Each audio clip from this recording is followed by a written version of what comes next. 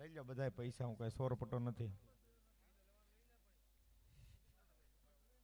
હું આવું ત્યારે સા આવે, થોડુંક પાણી ભરે અને મારા વારામાં કાંઈ વાંધો નહીં. હા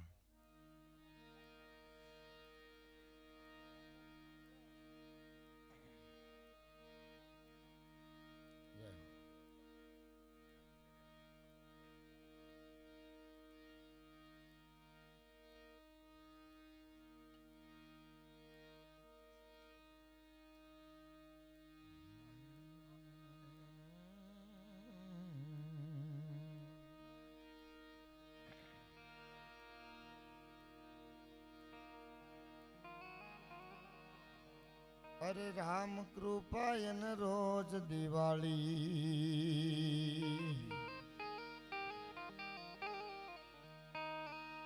સાજીદારને વધાવો તબલા ઉપર અને બેન્ચા સંગત આખે જોરદાર વધાવો રીધમ ને જોરદાર તારંગારથી સાજીદાર ને જોર. આ અમને શું મહેનત. હા નગર એક બાપા પા કડતાલ ની ખાલી એક્શન કરી આવે. એ ગોવિંદ બોલો હરે ગોપાલ બોલો. બાઈ ફાળીજી ઘઉં આપડા ધણી જ લાગે. ખાલી આમ ગાતા આમ એક્શન ની ખાલી આમ કડતાલ ની ખાલી એક્શન કરી આવે. એ ગોવિંદ બોલો હરે ગોપાલ બોલો. બાઈક રેડી થઈને કમ્પ્લીટ આપડા હિટ છે. બાએ ફરતીકો રોહડામાં નજર કરી, એક તાણી લીધી, એમાં એક લહણનો ગાંઠિયો નાખ્યો, બેન ડેલે ઉભા રહ્યા અને ભાઈ ગાતા ગાતા આવતા હતા. એ ગોવિંદ બોલો હરે ગોપાલ બોલો. બાએ શરૂ કર્યું, ભડતું ખાવું હોય તો લચણ ફોલો. હા એક બેન મહાદેવના મંદિરે જાય, બેનના ઘરવાળા નામ શંભુભાઈ, બેનને એક જ ધૂન આવડતી. કઈ આવડતી છે કહીજો.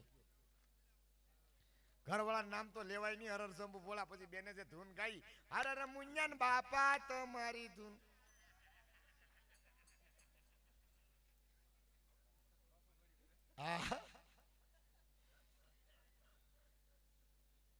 હું બીવું બાપુ તમારથી.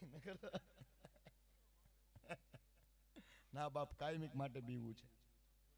હા એક છેલ્લો જોક્સ કરી. અને એક અમેરિકાથી ભણીને આવ્યો ગામડામાં, એટલે ઘણા વર્ષ પછી આવ્યો એટલે એને મિત્ર યાદ આવ્યો અમેરિકાવાળા. પણ એના મિત્રને ઘરે જાય છે, અમેરિકાવાળાના મિત્રને ઘરે જાય, પણ એને ડેલે એને બાપા ખુરશી નાખીને બેઠા. એટલે અમેરિકાવાળાના મિત્રને પૂછ્યું કે આ કોણ?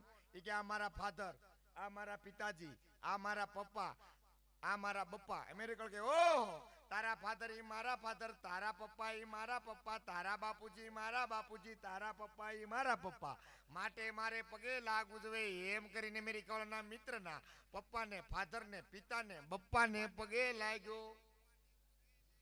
બીજો દિવસ છો ને મિત્ર યાદ આવ્યો બાપુ.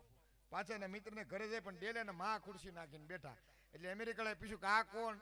એ કે આ મારા મધર, આ મારા મમ્મી, આ મારા મોમ, આ મારા માં.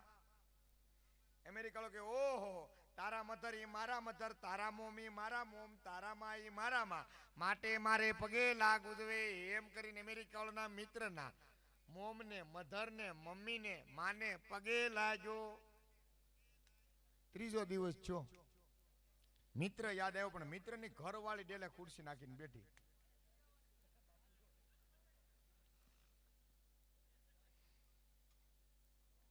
એટલે અમેરિકા પૂછ્યું કે આ કોણ?